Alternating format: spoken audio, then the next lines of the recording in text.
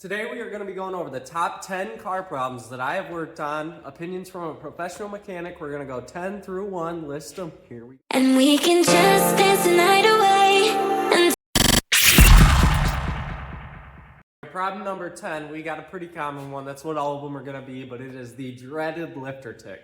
Now, my mechanics, you know where these can mostly be found, but if you're not a mechanic and you own a Dodge, you own a GMC, you own a Chevy Silverado, you probably are either going to find out or have heard this noise before. So this noise sounds just like a tick, tick, tick, tick, tick, tick, tick, tick. It gets louder as your engine, RPMs go up, it gets quieter as the RPMs go down, and what it is it's a valve lifter that is collapsed, and it is no longer working, no longer traveling up and down, so that is causing that ticking noise. Typically, it's not always the valve lifter, but typically, especially in the GMC and the Chevy Silverados and the Sierras, the 5.3s, they're a great motor. However, the displacement on demand, the active fuel management system, when it works, it's good. You know, it gets you extra fuel mileage. Nobody can complain about that. However, most mechanics have seen it fail time and time and time again because people don't change their oil regularly enough, or they don't do enough highway driving, or whatever the reasoning is. It's an imperfect system, but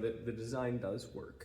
So you have that, and then on the 5.7, the Hemis, it's just a common problem that they normally get. You'll have a manifold leak, or you'll have a lifter failure, and it'll make that classic Dodge ticking sound.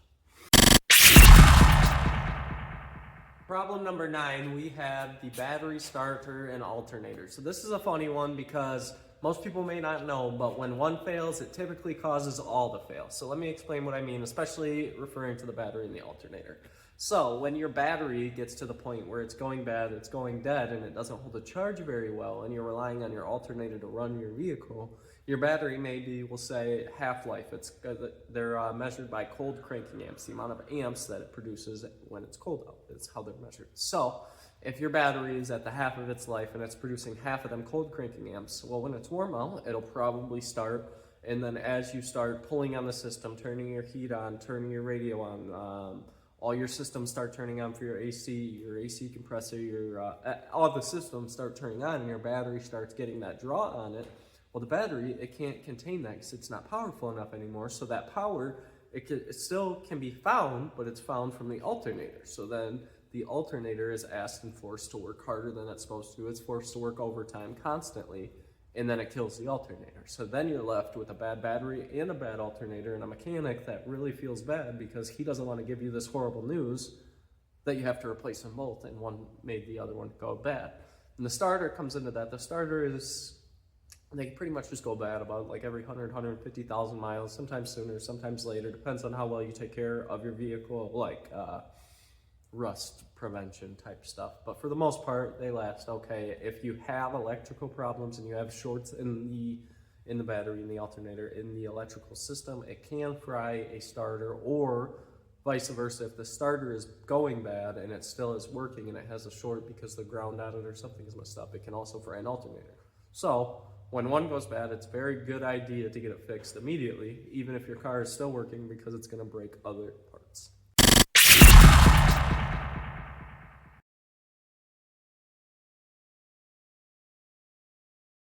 Number 8 is coolant leaks in the thermostat. They go at about 80,000, but coolant leaks can happen a lot sooner than that, especially on these newer systems. If you work on them, you already know.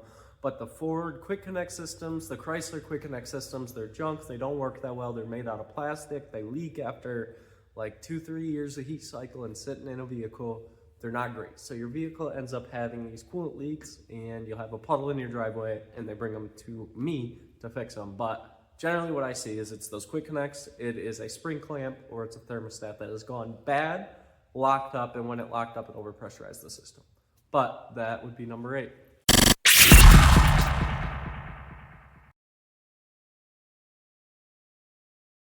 Might give you a little insight into where I'm from, but every northern mechanic deals with this issue, and it is exhaust leaks and manifolds leaks. Man, I swear, 2-year-old cars come to me with manifold leaks or exhaust leaking out of the Y pipe or something, just because of the rust that's built on the roads, and it just eats through that thin stainless. So man, that's got to be number 7. I was close to putting it higher on this list, but the other ones, they definitely are more common. But Have you ever done a manifold, or have you ever done an exhaust? Drop in the comments and let me know.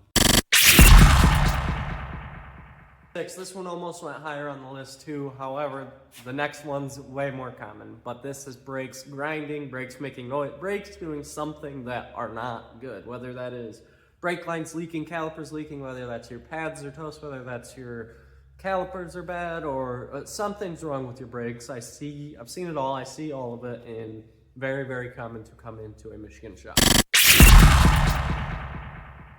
Customer states, when I start my car in the morning, it squeals like a stuck pig. You've got a bad belt. It's very simple. It's very easy. Now, am I still going to get paid for my diag? I'm just playing. Anyway, number 5, very common. Belt squeaks, tensioner problems, which cause the belt squeak, cause the belt to fail. Idler pulleys, which stop turning because the bearings have got bad, the grease is gone.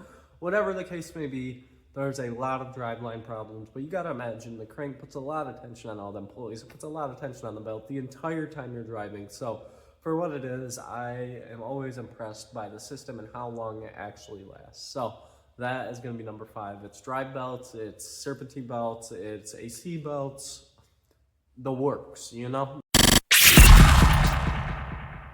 Pulse, and I don't know what happened. Man, did you hit a curb? Be honest. For real though, we see a lot of alignments out, we see a lot of tire balancing out, we see a lot of problems as mechanics, as repair shops, because some mechanics, especially tire shops and most of the places where you would get your alignment are, I don't want to call them low tier because not everybody is, but they're like the less experienced tier of mechanics, because that's the work that they do. They're not doing the engine work, they're not doing the transmission work, they're not doing the advanced work that requires them to get that knowledge. They're doing the simplistic alignments, the simple suspension work, and sometimes that stuff's hard, you know, like it is physically hard and sometimes even mentally straining, but it's still like the lower level of mechanics, so it gets dogged on a lot. But beside the point, we see a lot of problems come from tire shops where they've stacked wheel weights on top of each other, causing bad balancing because they're chasing a bent rim, chasing an unbalanced wheel, chasing something around, so they just keep putting weights on it until it finally evens out. You see that. You see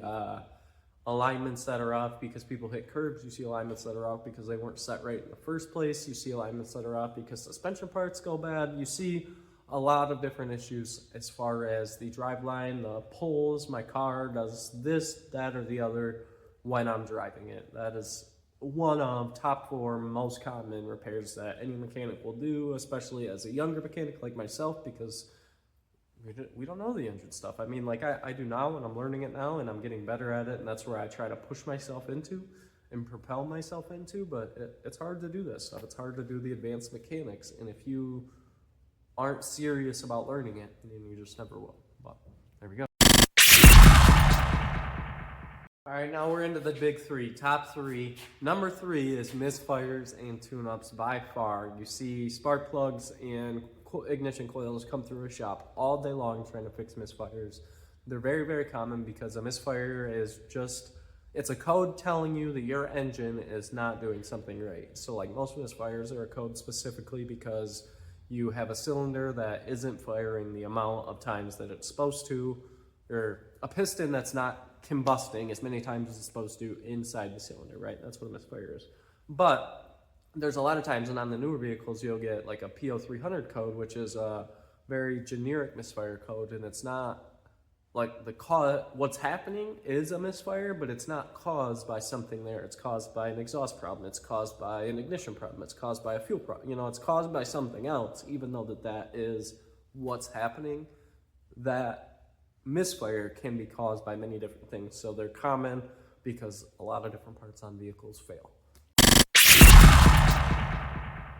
2 is going to be a sound that everybody's ever heard. It's that did-it sound when you're hitting tiny bumps or you're swerving your wheel back and forth really quick. That's going to be front end suspension noises. Typically it's your sway bar links, it's your sway bar bushings, a tie rod, a ball joint, you know, something in the front end that's gone bad. Sometimes it's your shocks, sometimes it's your struts, but suspension noises when you're going over bumps, when you're turning, when you're driving, you know, something that is not right when you're doing it, whether it's a wheel bearing, whether it's like the growl from a wheel bearing, whether it's the spring noise from the top plate on the strut, whether it's the da-da-da sound from links, Tie rods and ball joints have the same type of sound, but they're a lot deeper in noise. So like a ball joint is gonna sound similar to a link, but it's gonna happen less than a link, and a tie rod is gonna sound deeper than a link and happen similar, if not a little bit less than a link makes the noise.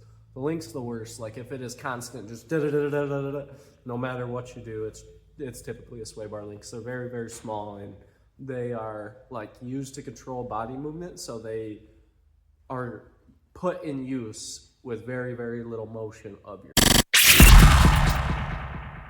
The most common thing that I see come into the shop, and thankfully we have service writers that for the most part negate that for us because they test drive first, but it's the irreplicable noise, the noise that you cannot replace. So like a customer comes in, it's typically an elderly customer, they say, my car did this, I heard it, and now I can't get it to do it again, can you fix it? Well, as a mechanic, if we can't get it to do it again, I can't fix it. I don't know what it's doing, I don't know what's wrong, it's working properly when it gets to me. So that is definitely the most common that I see. You see it most of the time with the elderly because younger people, A, don't have a lot of money, and B, don't want to fix their car. But it happens a lot more than you would ever think that it happens. Or very dumb issues that a customer should not have brought it to a mechanic and paid us for because they could have handled it themselves. And I always feel bad for those customers because I can't tell them that. You know, we're a business, we got to make money. But it is... if your car is driving great and it's making one noise every 100,000 miles, you've only heard it once, you didn't realize it was probably a fluke, and it was probably just something wrong happening that only happened once. Unless it's going to happen over and over and over again and you can replicate it, it's generally not a bad part.